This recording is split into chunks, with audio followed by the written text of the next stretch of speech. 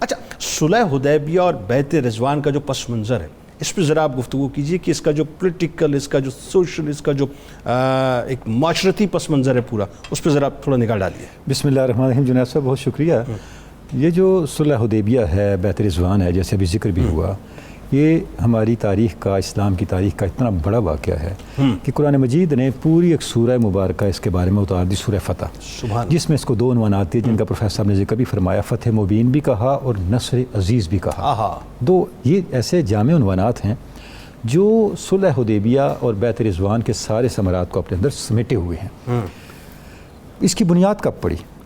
جب غزوہ احزاب کے بعد آپ صلی اللہ علیہ وسلم نے فرمایا یہ ان کی آخری لشکر کشی تھی، یعنی وہ ان کی آخری لشکر کشی تھی، اور جتنا کچھ عرب کے لوگ اور کفار اور ریاست مدینہ کے مخالفین، اسلام کے مخالفین کر سکتے تھے وہ کر گزرے، وہ ان کا کلائمیکس تھا۔ ٹھیک، اتنا زیادہ اب دوبارہ ان کا اکٹھا ہو کے اسلام پہ یلغال کرنا اب پاسبل نہیں رہا تھا۔ آپ صلی اللہ علیہ وسلم کا یہ فرمانا کہ اب ہم ان کی طرف بڑھیں گے، گویا اب آنے والا ہر سٹیپ اسلام کے غلبے اور ریاست مدینہ کی ایکسپینشن کا باعث بننا تھا۔ یہی وجہ ہے غزوہ احزاب کے بعد وہ پورا جو سینیریو تھا اس علاقے کا، وہ جو بدلا، آپ دیکھیں اس میں مرکزی حیثیت ریاست مدینہ کی ہو گئی، اور مکہ کی حیثیت ثانوی ہو گئی۔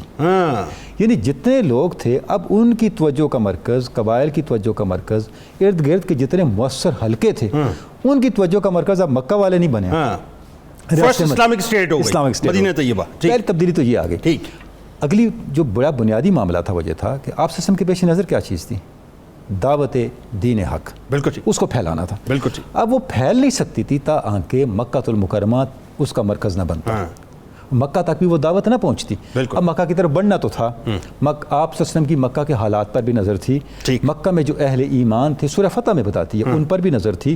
ایسے لوگ بھی آپ کے علم میں تھے جو وہاں صاحبان ایمان تھے، نہ مدینے والوں کو پتہ تھا یہ سورہ فتح کی قائب مبارک، نہ مسلمانوں کو پتا تھا نہ کفار مکہ کو پتا تھا، اور پریشان تھے اور خاموش تھے، لیکن آپ کو پتا تھا، حکمت عملی اختیار۔ اچھا، اب یہ سارا منظر آپ کے سامنے تھا، اب وہ کب فیصلہ کرتے؟ اب دیکھیں یہ بڑی امپورٹنٹ بات ہے کہ آپ نے 6 ہجری میں ہی فیصلہ کیوں فرمایا اور ذیقعد میں فیصلہ کیوں فرمایا؟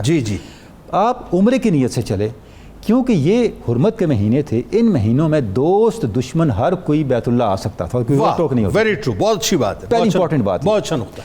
دوسری بات یہ ہے یہ وہ ماحول تھا مکہ میں افراتفری کا عالم تھا، وہاں کوئی لیڈرشپ نہیں تھی، کوئی ان کی منزل نہیں تھی، کوئی اتحاد نہیں تھا۔ ابو سفیان کہاں تھے؟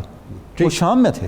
ٹھیک، آپ دیکھیں نا آپ کو اس پورے منظرنامے میں ابو سفیان کے نظر نہیں آتے، اور ایمان بھی نہیں لائے تھے، ایمان بھی نہیں لائے۔ ٹھیک ہے، مطلب جب آپ کا مرکزی لیڈر ہی نہ ہو تو آپ کی قوت فیصلہ کہاں ہوگی؟ بالکل ٹھیک، ایسا ہی آپ ایک ادھر جا رہا ہوگا ایک ادھر جا رہا ہوگا، بلکہ وہ خود آپس میں بٹے ہوئے تھے، کچھ کہتے تھے کہ ان پہ چڑھائی کر دو، کچھ کہتے تھے ایسا نہیں کرنا۔ ان کے اندر وجہ یہ ہے کہ ان کے اندر ایک عجیب سراسیمگی اور ایک عجیب ماحول تھا۔ ٹھیک، اچھا، اب قیادت ان کی نہیں تھی، ماحول ایسا تھا، نہ ان کے پاس مدینہ سے آنے والے لوگوں کو روکنے کا کوئی سیاسی یا دینی یا معاشرتی جواز تھا، نہ طاقت تھی۔ ٹھیک ہے، آپ صلی اللہ علیہ وسلم نے فیصلہ فرمایا، آپ چلے، اور جب چلے 1400 صحابہ کرام عمرے کی نیت سے، لیکن راستے میں پہنچ کے آپ نے فرمایا کہ جنگی سامان بھی رکھ لیں احتیاطاً، آپ نے جنگی سامان بھی منگوا لیا۔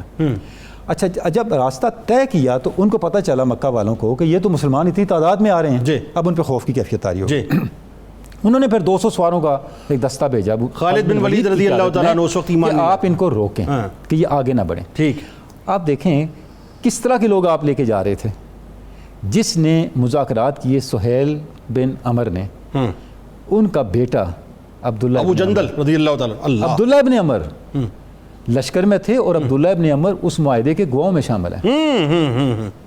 یعنی جن لوگوں نے سارے معاملات طے کرنے تھے ان کے اپنے لوگ لشکر میں شامل تھے۔ ہائے، ابو جندل تو بعد میں آئے نا، وہ تو بعد میں آئے، بیڑیاں پہن کے۔ عبداللہ ابن سہیل ابن عمر جو تھے وہ آپ کے ساتھ جانے والے قافلے میں شامل تھے۔ اوکے، ٹھیک ہے، یعنی ایک طرف بیٹے ہیں اور سامنے جو ہے والد ہیں۔ ٹھیک، اور جس وقت معاہدہ لکھا گیا تو جن گواہوں نے دستخط کیے ان میں یہ بھی شامل تھے۔ ٹھیک ہے، تو جب یہ پہنچے وہاں پہ، اب اچھا راستے میں جب ان کو پتہ چلا تو آپ نے راستہ بدل دیا۔ ٹھیک ہے، دوسرا راستہ اختیار کر لیا، اور آپ نے وہ راستہ اختیار کیا حدیبیہ کے جا کے پہنچے، جو اگر خدا نہ خواستہ جھڑپ بھی ہو جاتی، مار کا بھی ہو جاتا تو یہ محفوظ جگہ تھی۔ ٹھیک، مشکل ترین راستہ تھا، اور اس کے آگے پہاڑیاں تھیں، سنگلاخ پہاڑیاں تھیں۔ تو یہ ہم دیکھتے ہیں کہ ایک ایسا ماحول تھا جس میں اہل مدینہ کا مکہ المکرمہ میں پہنچنا ہر حوالے سے اسلام کی عظمت کو ثابت کرنے کا باعث بننا ہی بننا تھا.